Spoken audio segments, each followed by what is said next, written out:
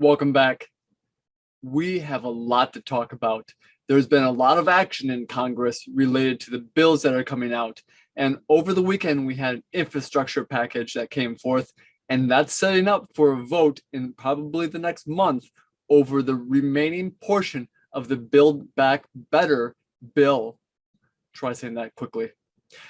Now, the last portion that we need to be voting upon is all of the tax increases that would be subject to paying off some of the infrastructure package that is already in place now that we have voted upon it in Congress and the bill has been signed by the president.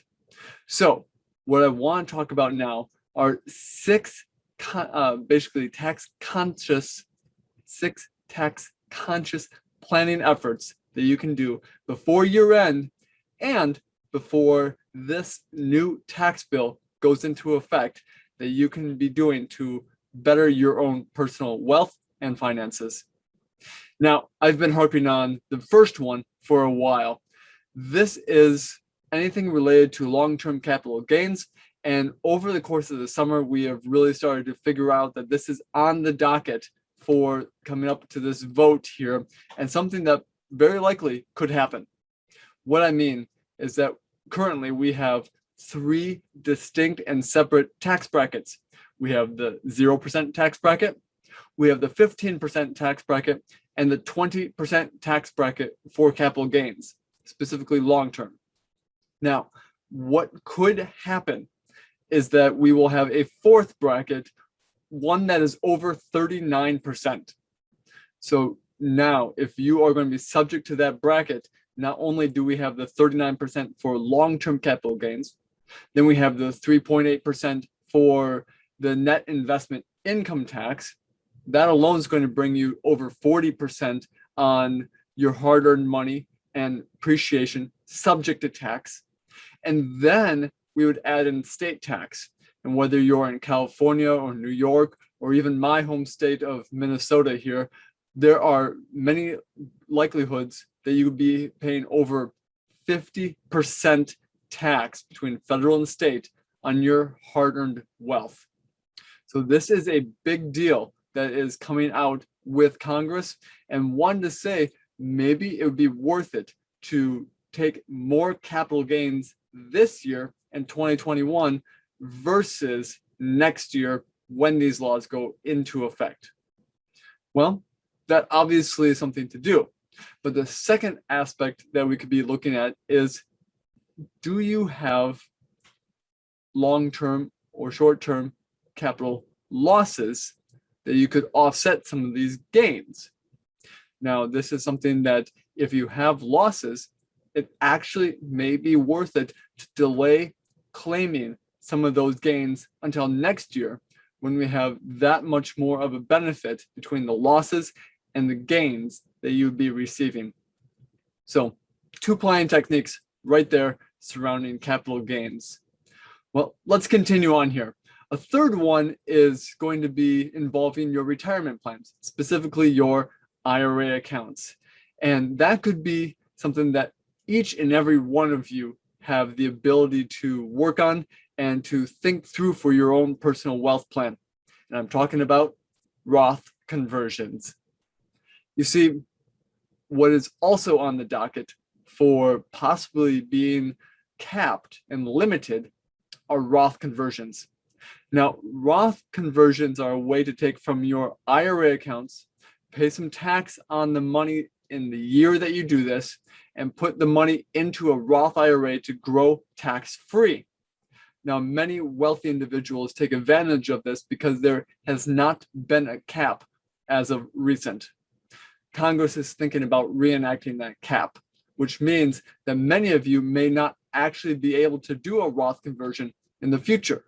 So looking at that this year before year end, and specifically before the tax laws go into effect that Congress is voting upon, would be very, very beneficial to see if we can convert some money to be tax-free in the future.